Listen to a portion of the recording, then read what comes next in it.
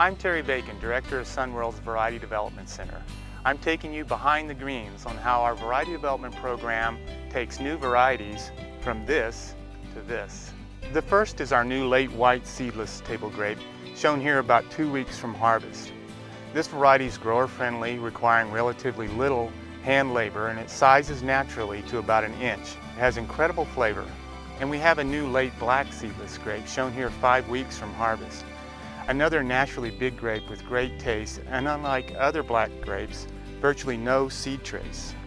Over the next 5 weeks, the color will become full black and the aroma will develop and sugars will develop. We usually pick this starting in the last week of September, going through the month of October.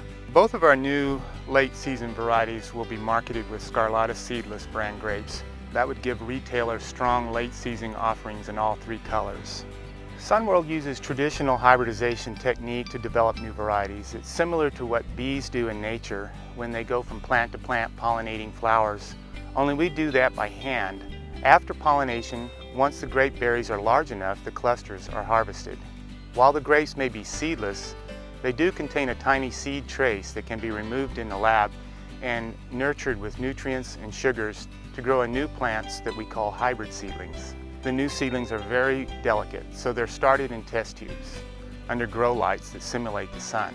As they become stronger, they're transplanted into a greenhouse and they slowly acclimate to the direct sunlight and harsher conditions. In the springtime, the young seedlings are planted outside in the field where they'll remain for the next 4 years. From the time the cross is made to the first commercial harvest of a new variety is typically over 10 years. An important part of the testing process is the fruit trial flavor panels, and we hold weekly during the fruiting season.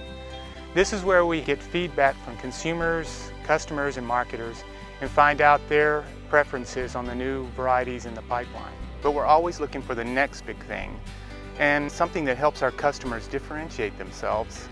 We're always trying to provide a great eating experience for the consumer. That's very important to us.